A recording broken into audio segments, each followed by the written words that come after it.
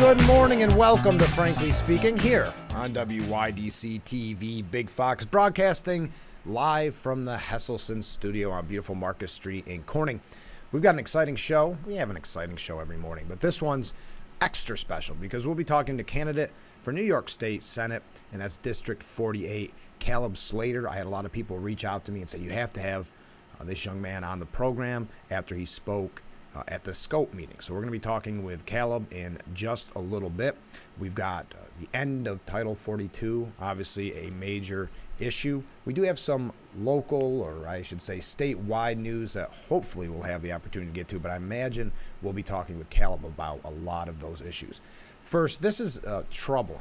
I'm going to start off with troubling right off the bat, right off the jump this morning. We brought up since the early days of the program the polls that show people just don't have the faith in community or want to get active in their community, and they don't have faith in faith. It just very troubling polling statistics there. Then we learned, and this is coming from the New York Post, there's a new survey called Reboot Foundation that came out. 59% of young adults who have TikTok accounts said that if forced to choose between the two, social media or their voting rights, they would give up their voting rights. 59% of young adults. So if they had this scenario, and I remember way back, there were polls like this that said, would you give up your voting rights for the rest of your life for a iPad? And these type of technological advances.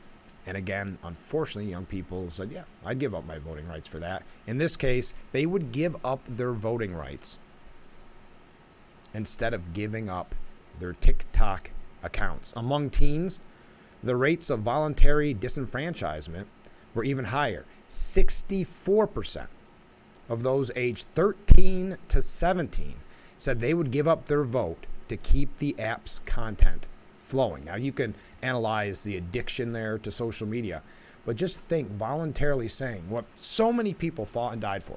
I would give up my voting rights just so I could keep posting. As it says here in the Post article by Helen Lee Boyes, giving up their right to vote for their right to post is an alarming admission at a time that the populace is politically fractured and, of course, culturally splintered. Yes, you add on top of that where they had recent national test scores on history and civics, and it's a scary drop of knowledge in our history, in civics at large. But it makes sense. With those test scores, young people just do not realize the importance of of voting. They do not realize what that right means for all of us. This ties in with an article, not unrelated, very related. That out of Bethlehem, New York, schools will lock teens' phones during the school day so they can start learning how to socialize in school. No longer allowed to have their cell phones because they're so addicted to their cell phones, but probably for TikTok. But I go back to this piece by the Post because I thought it ended on a very strong note that I wanted to echo. Americans have done a lot to protect the right to vote. Millions have died in wars across the world that kept our nation free and democratic. Others have sacrificed their lives in protest to ensure everyone has a chance to participate in the country's democracy. No doubt the rise of social media has brought significant changes to the way people communicate and interact with each other. Many are positive, but the negative effects of TikTok and its networked siblings are all too prevalent. Social media make us less able to think for ourselves, and that's a very good point. And we've talked about this in the past. I'm sure you've had conversations as well.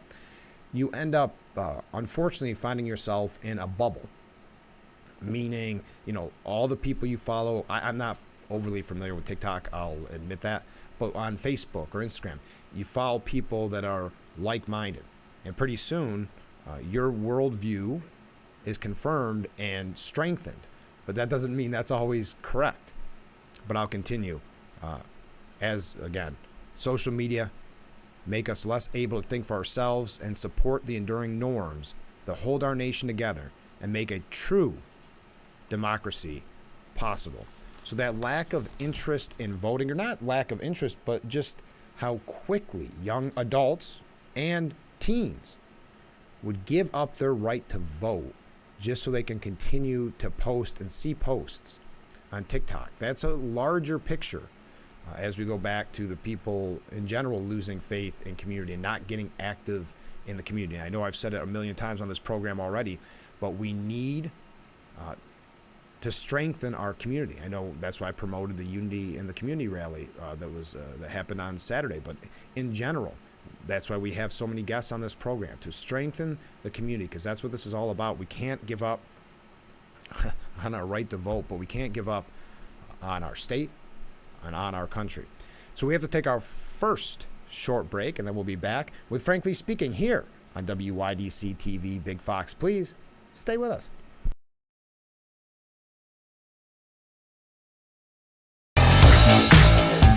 Welcome back to Frankly Speaking here on WYDC TV Big Fox. I'd love to hear from you. What do you think about that poll? Would you give up your right to vote as long as you could see your TikTok feed?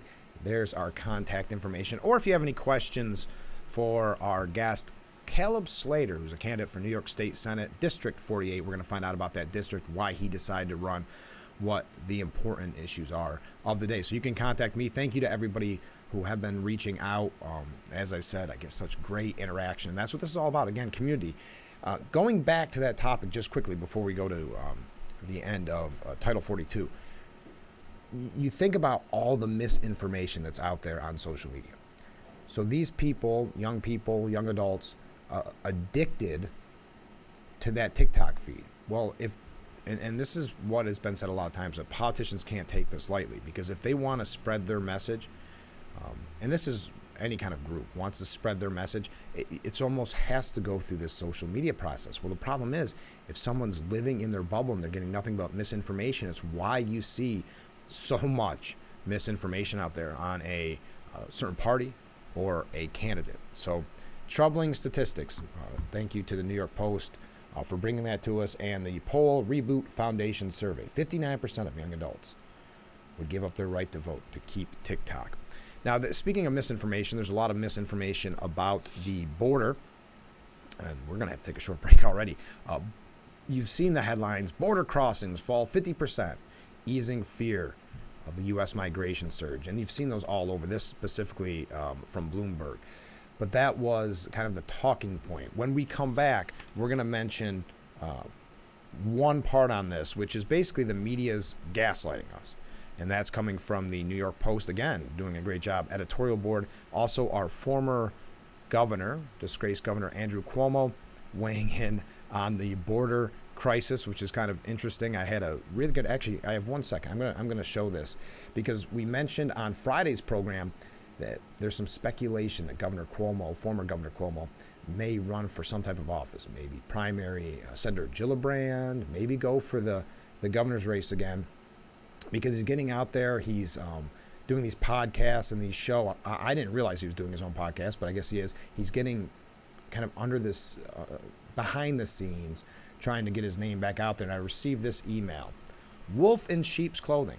Let's not be fooled. He is ultimately responsible for the horrific nursing home massacre, in my opinion. That's a very good point, and something that's not really mentioned with all of the scandals surrounding the former governor, Cuomo.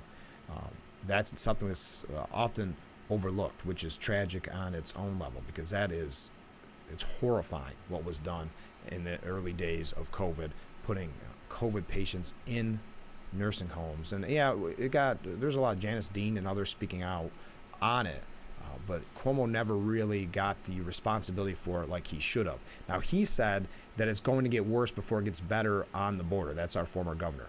And that's another interesting point of whether or not he is going to run, because he's been very critical of Democrats on the crime policy, which he probably saw Lee Zeldin's success with that and thought, if I do run, maybe I could give Hochul a run for her money.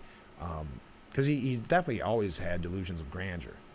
Remember when he was going to run for president, and I think he was polling at less than 1%, but he still thought he was going to run.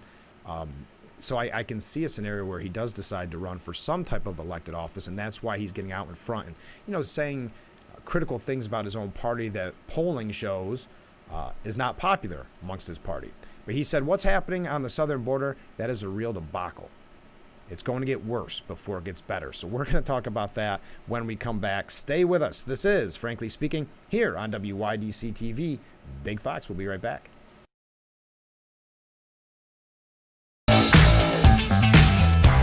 Welcome back to Frankly Speaking here on WYDC TV. Big Fox. Just a couple quick announcements before we take another short break, and we'll be joined by our guest Caleb Slater in just a moment. Tomorrow on the program, Pat Kane. He's going to speak to us about getting Grange Halls back active, which will be kind of interesting. And of course, we know him from numerous years of entertaining us around St. Patrick's Day, but also many other concerts as well. So he'll be joining us tomorrow on the program. Before I forget, coming up, and today may be the last day to RSVP on this, but it helps out the Boy Scouts Troop 61. It's their chicken barbecue coming up this Sunday.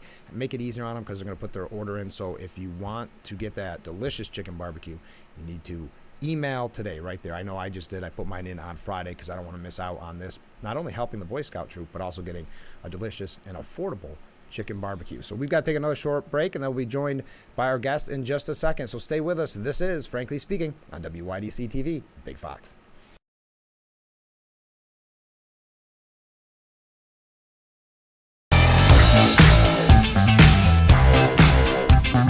Welcome back to Frankly Speaking here on WYDC TV Big Fox. This is the M.A. Neal Financial Services section of our program, and we're being joined this morning by Caleb Slater. Good morning. Hey, good morning, Frank. Thank you so much for having me. Of course, you were a big hit at the Scope meeting. Oh, my God. I love the Second Amendment community. It was great to go there and continue to support Scope and many of the other groups in any way that I can. Absolutely. Tell us a little bit about your background before we get into your Senate run. Yeah, absolutely. Before I get into the Senate run, I'm an upstate New Yorker. Yeah. I grew up in the Southern Tier area, so Dundee, New York, class of 2014. I tell people I'm going from a fighting Scotsman to a fighting senator. I love it. Yeah, my aunt lives in Corning, just down the road. I went and visited her for Mother's Day yesterday. It was just 2 minutes down from the studio. Love this area, and I was an intern at WETM in Elmira when I was in college. So Southern Tier area, Finger Lakes region, this is where I grew up, and currently I live in Central New York, but ultimately, we all got to fight together as upstate New Yorkers. Well, and that's the important part because you've got a very important district there that we're going to talk about in just in a second. But why did you personally decide to run? So I personally decided to run because, like many of your listeners, I am tired of what's happening in our state, the tyranny. I'm sure many of your listeners have people who have moved or are considering moving. I was in that camp. I've been in the political arena for years and was involved in the U.S. Senate race last year and had an opportunity to go out to Texas after that and wanted to stay. Well, it's great seeing young people get involved because we just had a poll that came out this morning. I talked about it at the beginning of the program. 59% of young adults said they would give up their right to vote instead of giving up TikTok. Can you imagine that? Well, first of all, they need to give up TikTok because that's a matter of national security. But secondly, that is unfortunate. It's troubling. It's troubling. There's not enough people getting involved, and that's why I was so encouraged when I heard your story. So tell us, I want to get into the nitty-gritty because there's so much going on in New York State. And one of the things that we've been talking about, I know that you recently sent out a letter. Let's talk about the end of Title 42 and what that means for us here. Yeah, let's talk about that. And I just want to end by one more part of my background and tie that into Title 42. So I'm a first generation born in this country.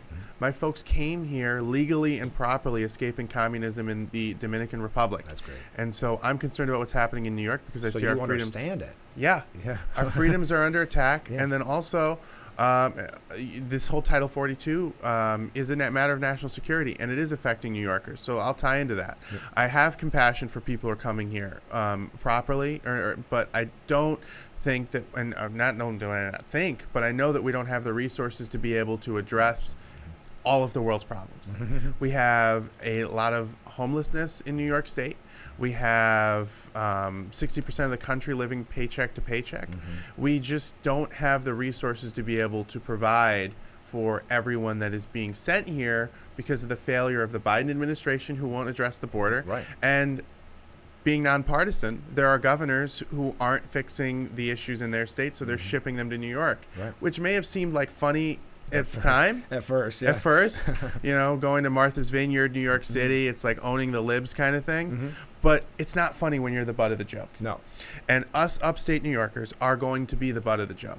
Mayor Eric Adams is already planning and has shipped these migrants to upstate New York. I know. Orange County, Rockland County. They're going to go from the Hudson Valley to Mohawk Valley. That's Utica area, which is why Anthony Pacenti, who is the county executive over there, has called a state of emergency. Right. Then they're going to go to central New York.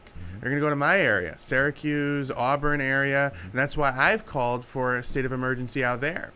My area of the state has the worst childhood poverty per capita in the nation. And then when they go from central New York, they're going to come to the southern tier. They're going to come to this area, which is why Broome County, Binghamton, that county executive has also called for a state of Chemung emergency. County already did. And Chris Chemung Moss, County yeah. did too. So we need to be ready. We need to be aware of the fact that we don't have the resources to take in all of these people. It's sad and unfortunate what's going on with a lot of people, but we're not even addressing the issues that we have right now. And you think about New York City saying they don't have the resources. Well, what makes them think Corning, New York has the resources, or Elmira, or wherever the place? But Right. it's keep pushing the trouble down the line and not talk about what the heart of the matter is, which is an open and porous border. Exactly. It's so troubling. I wanted to say, and just we're going to change it up because we've got a lot of topics, but I love in your pamphlet, and because it goes back to what you're saying in the beginning, our freedoms are not up for debate. I No. love that line. Exactly. Why are you so passionate in that belief? I'm passionate in that belief because freedom isn't free. Right. Okay. Exactly. There are so many people who sacrifice to be able to, for your audience and people who don't listen to your audience, all Americans to be able to have the rights that they have.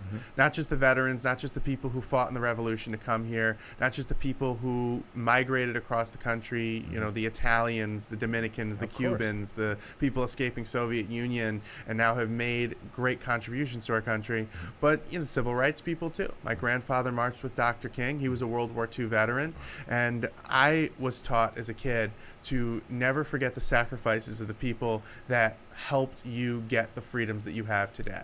And so when I look at what's going on in New York, when I look at the fact that the state is trying to take away your ability to heat your homes with what you want, which is a property rights violation. I want to talk about that in a minute. And Yes. we'll talk about that. And I'm just going to give, synopsises. When I look at the fact that there are unconstitutional violations of our Second Amendment rights, arbitrarily deciding who can and cannot have a concealed carry, these things are not up for debate. These things are time and tested, and we need fighters who are willing to stand up and say, no. And the last point that I'll make is, you look at the Lee Zeldin race, a lot of Yes. people got upset because people in our area of the state where we're right now, Chemung County, Schuyler County, there were a lot of gun owners who stayed home. I use an analogy to describe that. I don't demonize the Republicans who stayed home because they have been fed year after year after year. This person's going to fight for you, and then that person compromised on our debate, Yes. on our rights. Yeah, you're very right. And it's like if you're in a relationship. And that person is neglectful to you, and then you get another man, and he's neglectful, and another man, and another man. It keeps happening. Then you finally get someone who is a fighter for you, whether it's myself, whether it's Lee Zeldin, whether it's someone else out there.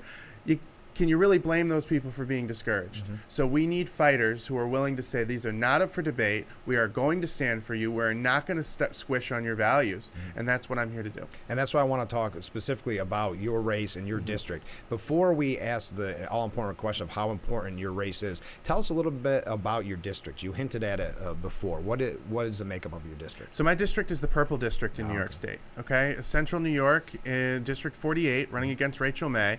That covers all of Cayuga County. Okay. And most of Onondaga County. So we're talking Auburn, Syracuse, that area Big of the district, state. yeah. It's a big district. Yeah. It's about 325 to 350,000 people, but it can go either way. The Cayuga County is all red. Onondaga County has a Republican executive. It has a Republican majority on its county legislator, but the senator is Democrat. The assemblymen and assemblywomen are mostly Democrat. So it can go either way.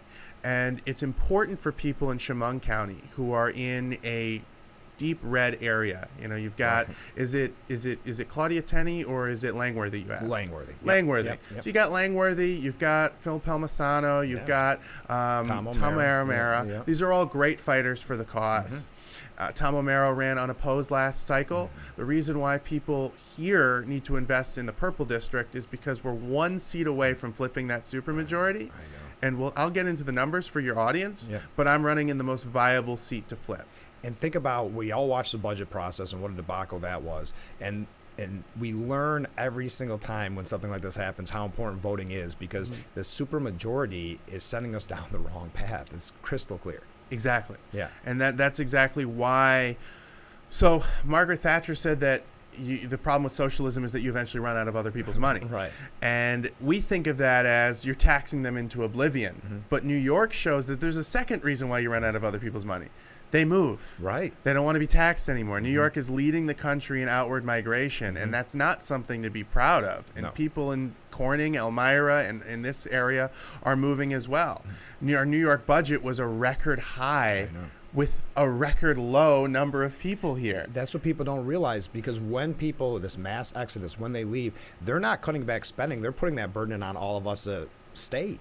Right. And people, I don't think people realize what this exodus means for us as a state. But why would, especially if you have wealth, why would you stay in the state? Why would you stay in the state if you have wealth? Why would you stay in the state when they're telling you starting in 2030 you can't heat your homes with what you want? I mean, we don't live in Florida. We don't live in Texas. I know. You know, people are going to freeze. Yes. People are, this is going to sound fear-mongering, but it's just factually true. People are going to die. If they don't have access to people don't die in the heat. People die in the cold. Exactly. And New York is a very cold state. This is a time and tested technology, fossil fuels and natural gas. It's been used for a very long time.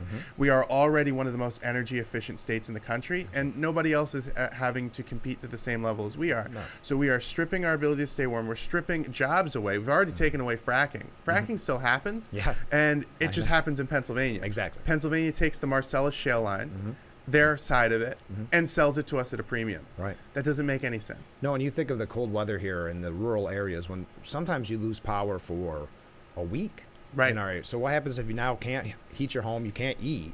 I mean, that's a very scary scenario. There's a reason why they carved out those exemptions for hospital and generators, because they know the reliability of natural gas. And yet they're still pushing the electric on us. Isn't it? And the grid can't handle it. Exactly. So the numbers is that we need 111 to 120 gigawatts of energy needed to keep the grid sustainable and running. And there's no plan in the scoping plan. Right. There's no plan in the budget. There's no plan by any of the people who are pushing these initiatives. Not only what will the cost be on taxpayers, Right. but where is that 111 to 120?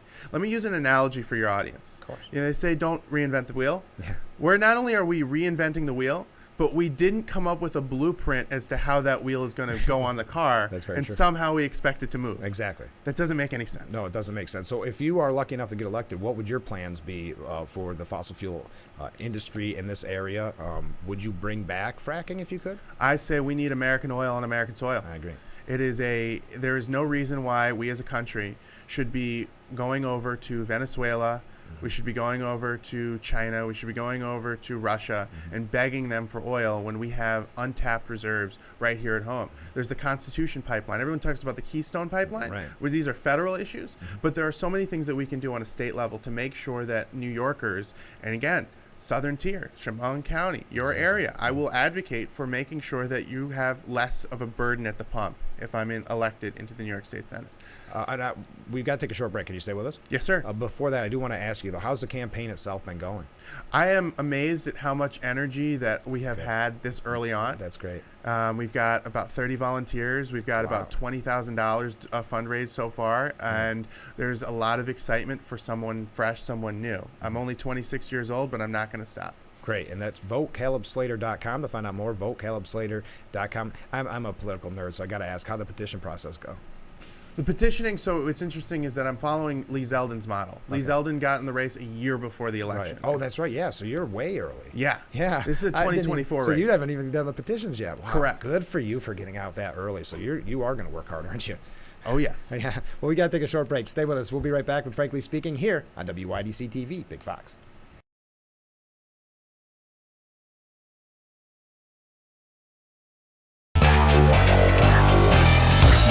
welcome back to Frankly Speaking here on WYDC TV Big Fox. This is the M.A. Neal Financial Services interview section of our program. And joining me in the Frankly Speaking studio, the Hesselson studio, is Caleb Slater. Thanks again for giving us so much time this morning.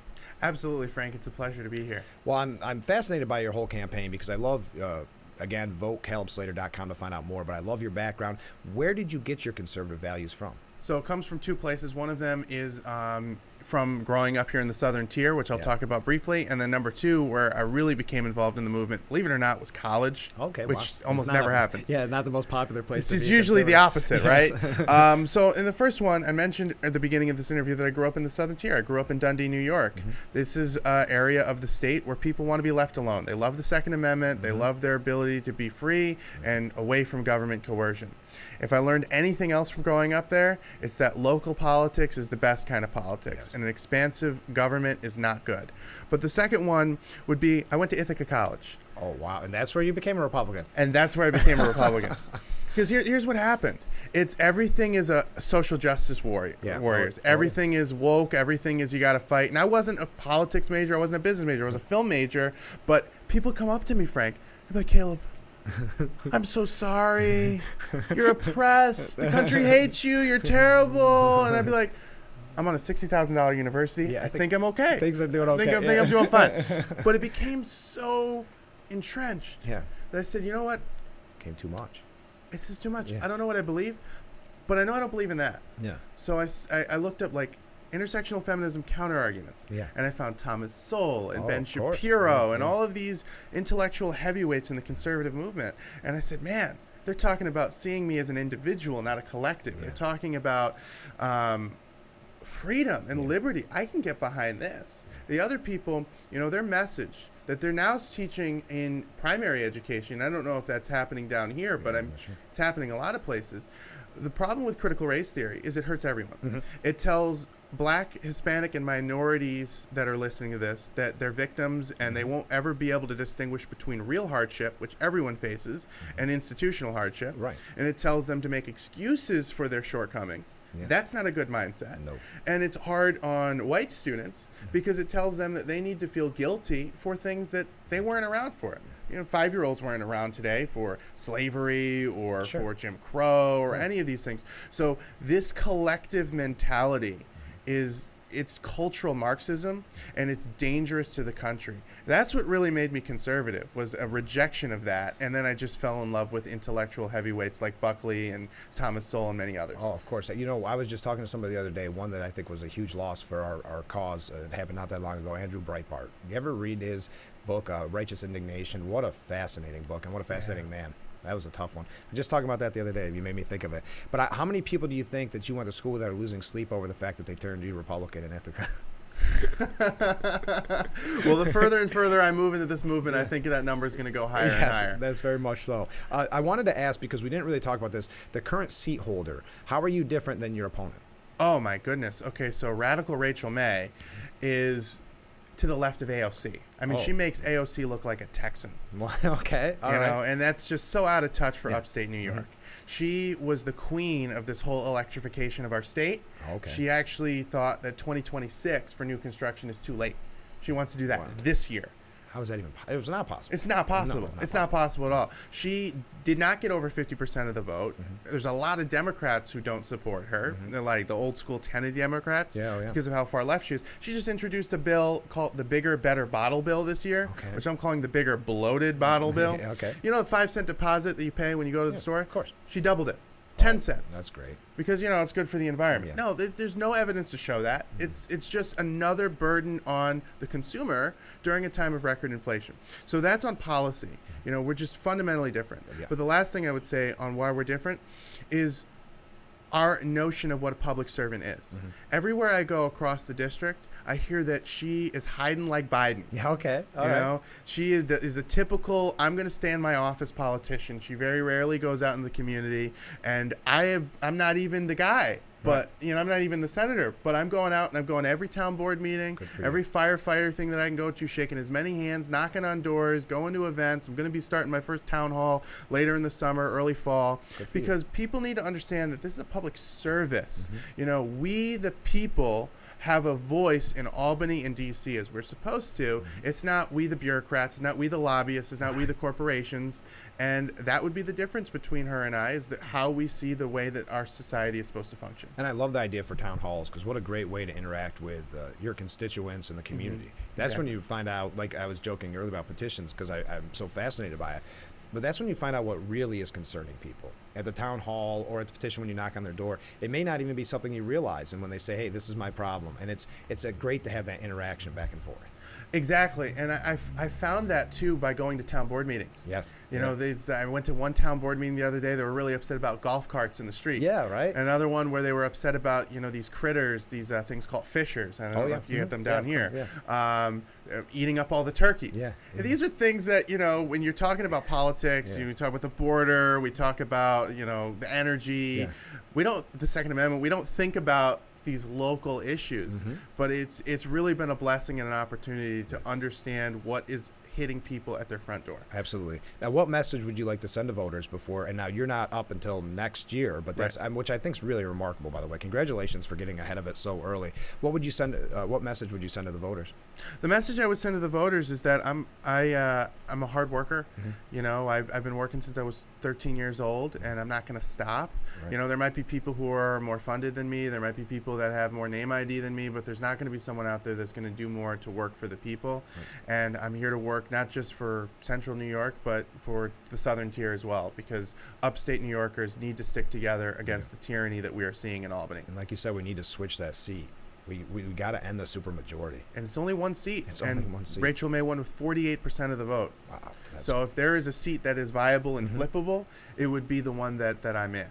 So how can we help in the Southern Tier? Obviously, we can't vote for you, though we wish we could. What can we do to help your campaign? So there's 3 critical things that your audience can do. And I'll list them in order. Please do all 3. But if you only do one, the first thing is invest in my campaign. VoteCalebSlater.com/donate. Listen, Tom O'Mara ran unopposed last cycle. He's probably going to run unopposed next cycle. So your dollars need to be spent in a way that you know you're going to get the biggest return on investment. You're going to get a larger return on investment in a swing district than you are in a heavy red district. Just like in a federal race, you would focus on Arizona and Wisconsin and all of those things, because those change the dynamic of our country. My district changes the dynamic of our state indefinitely. I would be the first ever Gen Z Republican in the New York State Senate, and I'm hoping that I'm sending a good impression on that not all young people are crazy. That's the first thing. VoteCalebSlater.com/donate. The second thing is follow me on social media. You know, DM me. Let me know. You want me to come speak? I'll come down here. I speak in front of groups. You did with Scope. I did with Scope. I would love to do a fundraiser down here. I would love to speak in front of the women's group, the Republican group, anyone who's watching this. You know, it's Facebook.com/Slater for Senate. That's Facebook.com/Slater for Senate. Like the page, start sharing the stuff, and send me a message. I'd love to come and speak in front of your group. And the third thing that you can do, call up Tom O'Mara, who's your senator. Call up Phil Palmisano, who is your assemblyman. I've met with both of them. They're both very focused on the energy. Like I said, I grew up down here. Call them and say, you need to endorse this kid. He is a generational talent. He is someone that grew up in our area. He is someone who is going to advocate for our area. And we, as conservatives, need to stick together. He's out there working harder than anyone else. He started early. Call their offices and tell them, I want you to endorse this kid for state senate. That'd be great. Thanks so much for spending so much time with us. And again, it's VoteCalebSlater.com. That's the best way to find out more. Help the campaign. And I'm hoping, since you've got plenty of time on the campaign trail, that we can have you on again soon. I would love to. Oh, that'd be great. Thanks again, okay? Thank you. All right, we'll be right back with Frankly Speaking here on WYDC TV. Big Fox.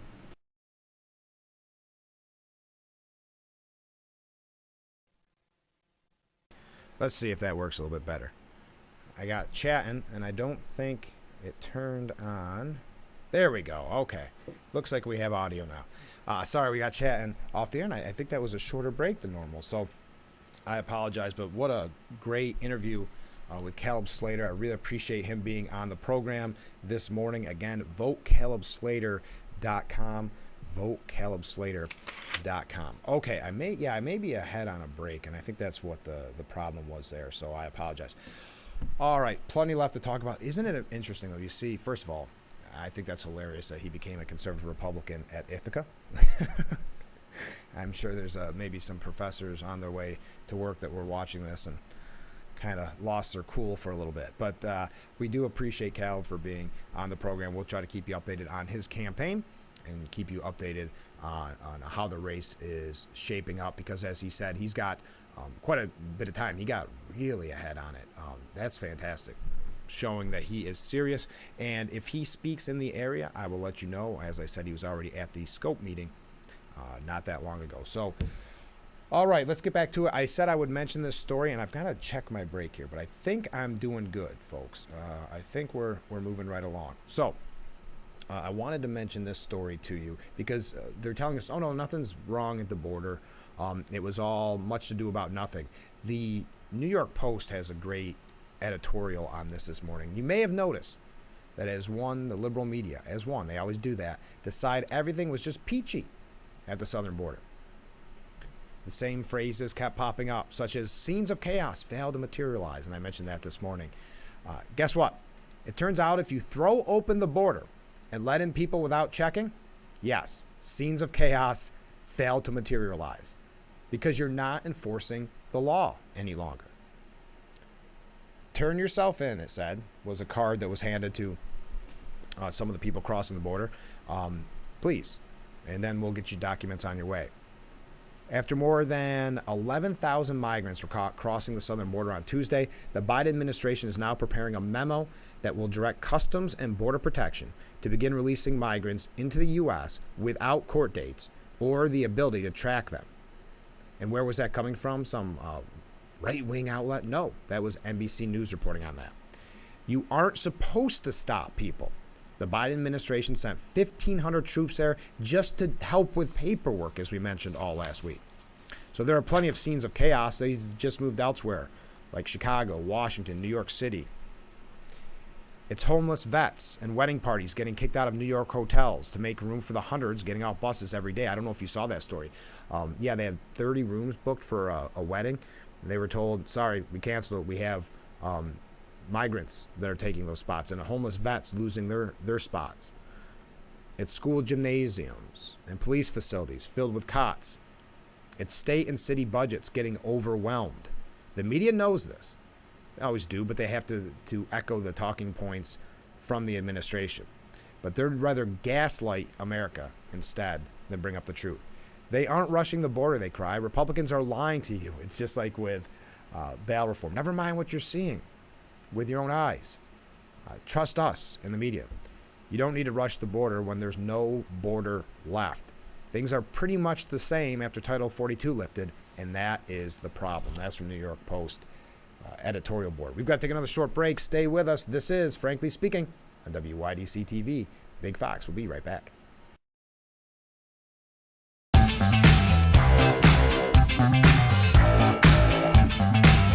Welcome back to Frankly Speaking here on WYDC TV.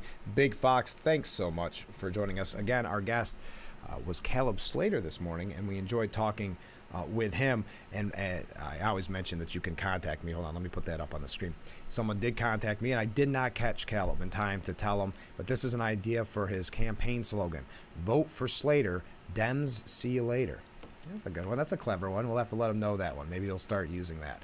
So there's our contact information. Thank you to everybody who's been contacting us over the weekend or this morning. Some very good points in there, and I really appreciate it. So we were talking about the end of Title 42. We can continue to discuss that. I have to take another short break, but to me, it's exactly what the New York Post was saying, that they're gaslighting us just like they do with bail reform. Nothing to see here. Everything's fine. Never mind what you're seeing with your eyes. A couple other quick things to read through. A recession. Well, according to corporate America's earnings, we're already in a recession. I think many of you know, I know they have specific definitions and all these things to trick you into believing that we're not in a recession. But I think as you go to get your groceries, you go to fill up the tank, you get those bills in the mail, I think we all know that if it's not by definition a recession, it sure feels like it. There's also another interesting piece that we're just not going to have time to get through the whole thing, but you can find it again at the New York Post. And it said the Democrats' crisis, Dianne Feinstein's present, is Biden's future. Now, you know how they tied or they went after Feinstein because she had those health issues. And what's more important than her dealing with her health issues? is her voting the way Democrats want her to vote. And she already was on some thin ice because who was it? Was it Lindsey Graham or was it Mitch McConnell that she was friendly to? And so instantly the knives came out on that. And then she hasn't been able to vote on some very important issues. So they've turned on her, especially the progressives saying you got to get out of there. What their theory is on this piece is that that's going to happen to Biden at some point as well, that they will go after him if things don't go the way that they want. Republicans have no doubt Biden is already in decline mentally and physically. If he hasn't reached Feinstein's condition yet, time will only take him closer.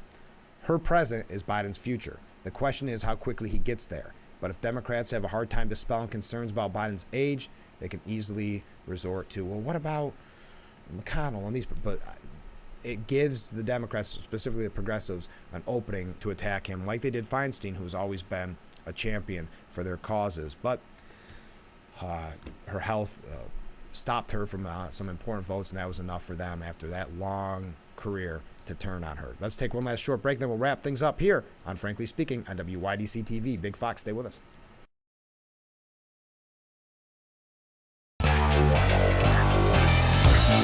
Welcome back to Frankly Speaking, broadcasting live from the Hesselson studio. I am your host, Frank Acom.